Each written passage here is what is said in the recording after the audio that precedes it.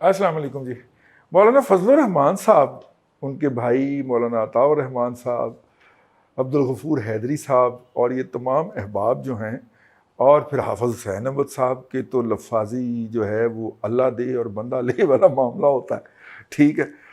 ان کا یہ جو آپ یوں سمجھ لیں کہ ہم نے یہ مسکرا کے بات کرنا حافظ حسین احمد صاحب سے سیکھا ہے، کیونکہ ہم جب دیکھا کرتے تھے کہ وہ جب بھی مسکرا کے بات کرتے تھے، اور بڑے خاصے کے مقرر ہیں، بڑے زبردست مقرر ہیں، تو وہ جتنی تلخ بات ہوتی تھی اتنی ہی ان کی مسکراہٹ جو ہوتی تھی وہ واضح نظر آ رہی ہوتی، اور وہ معاملے کو لائٹ رکھنے کے لیے یہ حرکت کرتے تھے. تو حافظ حسین احمد صاحب یہ چاروں جب اپنی اپنی جگہ کے اوپر دھاڑے، تو اس کے بعد جی پھر وہ نوٹس واپس ہو گیا جی نیب کا. وہ اداکارہ مستانہ طرح نیب کرتی پھر رہی ہے، ہم نے تو نوٹس دیا ہی نہیں. کون سا نوٹس. ٹھیک ہے. اچھا ہوا کیا ہے جی، اس وقت جو ایک سپیچ بہت زیادہ شیئر کی جا رہی ہے کہ مولانا فضل الرحمان صاحب فرما رہے ہیں کسی جگہ پہ خطاب کرتے ہوئے کہ ہم نے جس گھاٹ کا پانی پیا ہے، ہم نے جس گھاٹ کا، مولانا فضل الرحمان کی گھاٹ کون سی ہے؟ مولانا فضل الرحمان صاحب کی گھاٹ جو ہے وہ اہل دیوبند ہے. ٹھیک ہے. اور اہل دیوبند کا تو وجود ہی انگریز کے خلاف، جو انگریز کی استبداد اور فسطائیت تھی اس کے خلاف مزاحمت کے استعارے کے طور پہ وجود میں آیا تھا، اور مختلف جگہ پہ اوپر محاذ جو تھے وہ بنائے گئے تھے. مدارس ہمارا الگ محاذ ہوں گے، جہاد ہم الگ کریں گے، خانقاہی نظام کو ہم الگ جو ہے وہ ڈیل کریں گے، تبلیغ ہمارا الگ ہتھیار ہوگا. ٹھیک ہے نا. سارے محاذوں کے اوپر انہوں نے اپنے مورچے اور اپنے مجاہدین بھرتی کیے تھے نا تحریک نے. اب وہ تحریک جو ہے انڈر ون کمانڈ نہیں رہی، اور سیاست بھی ہمارا ایک پہلو ہوگا. اب یہ تحریک کے جو پانچوں پہلو ہیں، یہ ایک انڈر ون کمانڈ اگر نہیں رہے تو کیا کہہ سکتے ہیں، یہ آپ اس تحریک کی ساتھ ایک ٹریجڈی ہو گئی.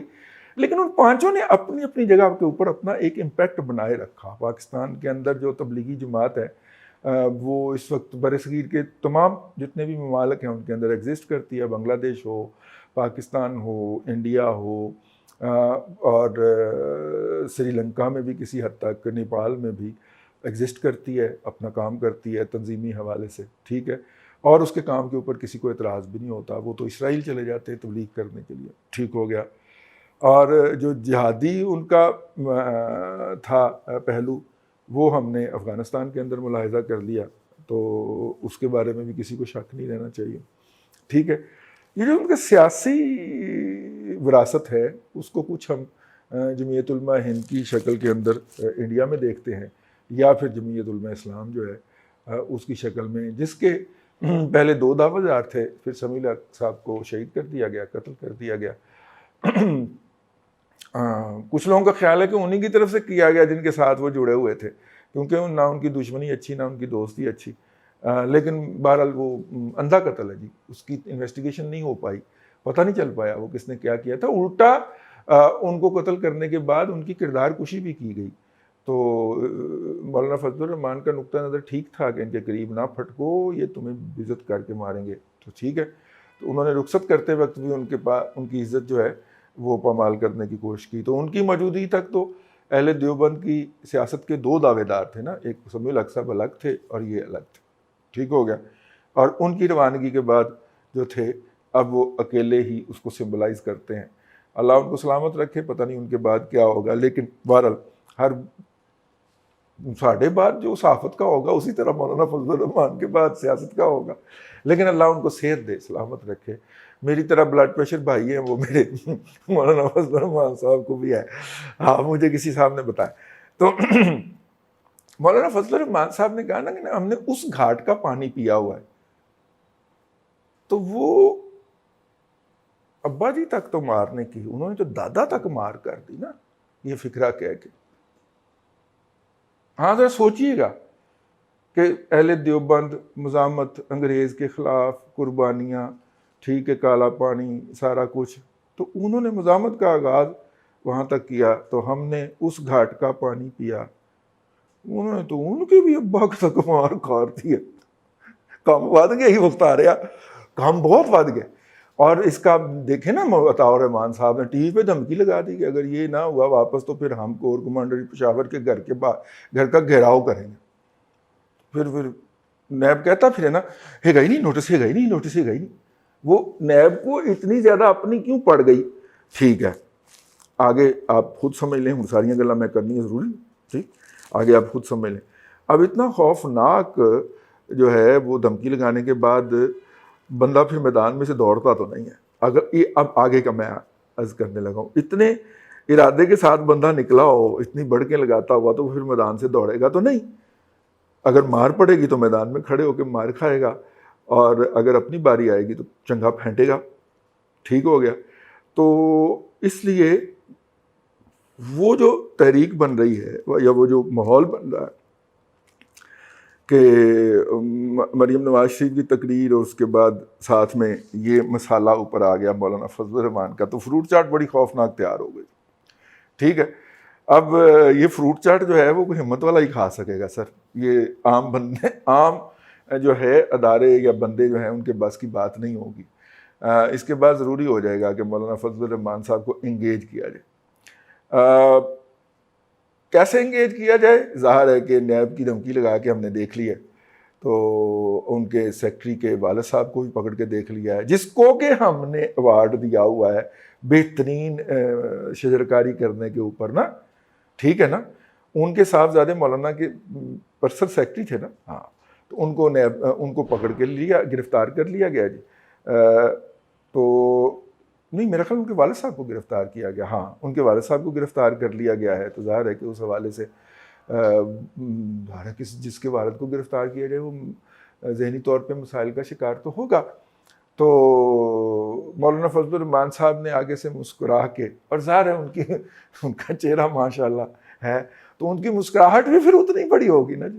تو انہوں نے اتنی بڑی مسکراہٹ کر کے میں دیکھ رہا ہوں اور میں سمجھ بھی رہا ہوں. ٹھیک ہے, اور مولانا جب دیکھ رہے ہیں اور سمجھ رہے ہیں تو اس کا مطلب ہے کہ جو ان کو دکھ رہے ہیں اور جو ان کو سمجھا رہے ہیں ان کے لیے مقام فکر پیدا ہو جاتا ہے. ٹھیک ہے, اور بہرحال وہ ہمارے ابا جی ایک محاورہ سنایا کرتے ہیں کہ اگے بھابو نچنی اتوں ڈھولاں دی کڑکوٹ, جس کا اردو ترجمہ یہ ہے کہ بھابھی کو پہلے ہی ناچنے کا بہت شوق تھا اور اوپر سے ڈھول بجنا شروع ہو گیا. ٹھیک ہے, یہ اس کا محاورہ, اس کا ترجمہ اردو میں نے بڑے شستہ انداز میں عرض کیا ہے کہ اب مولانا فضل الرحمان جن کی اٹھان ہی مزاحمت میں ہے, ٹھیک ہے, جن کی تحریک کو پانی ہی مزاحمت کا ملا ہوا, اس پودے کے ریشے ریشے کے اندر مزاحمت بھری ہوئی ہے. کیونکہ ہم نے استبداد کے خلاف لڑنا تھا تو ہم نے ایسی مین پاور یا مائنڈ سیٹ پیدا کیا ہے.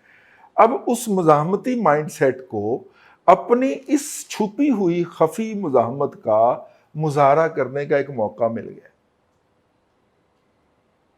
ماحول بن گیا, ماحول بنا نہیں, بات بہت بڑھ گئی ہے. ٹھیک ہے, ماحول بننے سے بات عملی اقدام کی طرف جا رہی ہے. اللہ کرے پاکستان جو ہے, پاکستان کی سلامتی, پاکستان کی معیشت, پاکستان کی معاشرت اس میں محفوظ رہے, اور اللہ تعالیٰ پاکستان کو اپنی سلامتی میں رکھے, اور پاکستان کی بہتری سوچنے والے لوگوں کو اپنی سلامتی میں رکھے, ان پہ کرم کرے. ٹھیک ہے, ہو سکتا ہے کہ سب لوگ اپنی جگہ پہ بہتری کا سوچ رہے ہوں. ٹھیک ہے, میں نہیں یہ کوئی الزام لگا رہا, مطلب ایسے ہی لوگ الزام لگاتے ہیں کہ نہیں لوگ بہتری کا نہیں سوچ رہے, وہ بلو ایریا کی بلڈنگوں کا سوچ رہے ہیں. نہیں, میں ایسی کوئی بات نہیں کہہ رہا. ہو سکتا ہے سارے لوگ ہی بہتری کا ہی سوچ رہے ہوں, سوچنے کا طریقہ کار اپنا اپنا ہو. تو اگر سوچنے تک کی بات ہے تو پھر بیٹھ کے تو ایک دوسرے کے ساتھ اپنی سوچیں شیئر کر لی جائیں, اور یا بات منوا لی جائے یا بات مان لی جائے. اس میں اتنی انا والی کون سی بات ہے؟ کوئی خدا کا بیٹا نہیں ہے, اور نہ ہی کوئی اللہ تعالیٰ کی طرف سے خصوصی پیغام لے کے آیا ہے. سارے بندے ہیں یار, سارے انسان ہیں, اور اس لیے میرا خیال ہے کہ ڈائیلاگ کو پرویٹ کرنا چاہیے اور بات چیت ہونی چاہیے. دوسرے کا گلا جب دبائیں گے تو بلی کی طرح وہ پھر گلے کو آئے گا. محاورہ تو آپ نے سنا ہوگا, نہیں سنا تو پڑھ لیجئے گا. جو ساؤتھ افریقہ کے جو فاؤنڈنگ فادر جسے کہنا چاہیے نیلسن منڈیلا ہیں، انہوں نے اپنی کتاب کے اندر لکھا ہوا، ٹھیک ہے، جس کا آخری جو رزلٹ یہ ہے کہ دشمن کو بھاگنے کا راستہ دے دینا چاہیے، ورنہ پھر وہ آپ کا گلا دبوچ لیتا ہے۔ اللہ آپ کو آسانیاں عطا کرے اور آسانیاں خلق خدا میں تقسیم کرنے کی توفیق عطا کرے۔